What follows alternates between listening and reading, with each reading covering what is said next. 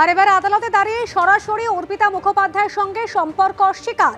অর্পিতা মুখোপাধ্যায়ের সঙ্গে সম্পর্ক অস্বীকার পার্থ চট্টোপাধ্যায়ের আইনজীবীর। পার্থ চট্টোপাধ্যায়ের দাবি তাকে ষড়যন্ত্র করে ফাঁসানো হয়েছে।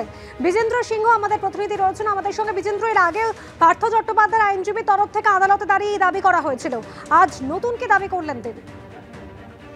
দেখো, এখন দেশের সর্বোচ্চ আদালত থেকে বেলের অ্যাপ্লিকেশন তিনি নিয়েছেন, যেখানে তার যে বাকি যুক্তিগুলো ছিল বেল কেন দেওয়া হোক তাকে, তার মধ্যে 28 মাস তিনি জেলে রয়েছেন, 1/3 তিনি টার্ম কমপ্লিট করে নিয়েছেন।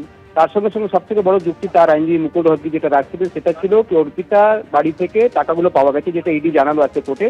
একটার সময় 27 কোটি টাকা, একবার 22 কোটি টাকা এবং কিছু জুয়েলারি অর্পিতার বাড়ি থেকে পাওয়া গেছিল।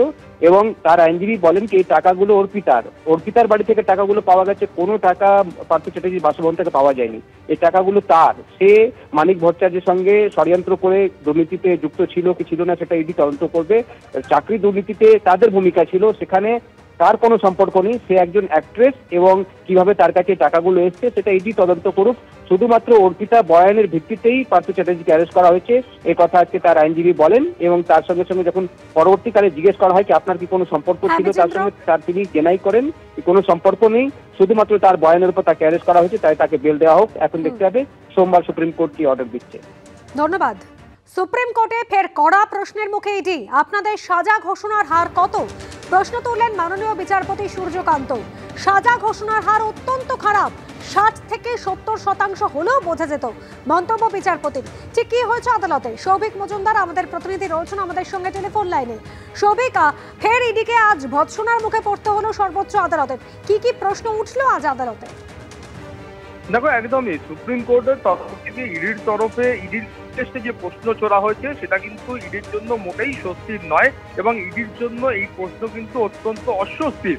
তার কারণ, প্রথমত মাননীয় বিচারপতি সূর্যকান্ত তিনি ইডির আইনজীবীকে জিজ্ঞাসা করেছেন যে আপনাদের কনভিকশন রেট বা সাজা ঘোষণা করার যে হার রয়েছে সেটা কত। সেই হারটা কিন্তু অত্যন্ত খারাপ, এই মর্মেই সুপ্রিম কোর্টের মাননীয় বিচারপতিরা তাদের মত পোষণ করেছেন এবং তাদের বক্তব্য হচ্ছে যে এটা যদি 60 বা 70% হলো তাহলেও একটা বোঝা যেত, কিন্তু এক্ষেত্রে যে কনভিকশন রেট রয়েছে সেটা ইডি হোক বা অন্য কেন্দ্রীয় তদন্তকারী সংস্থা হোক, সেই হার অত্যন্ত খারাপ।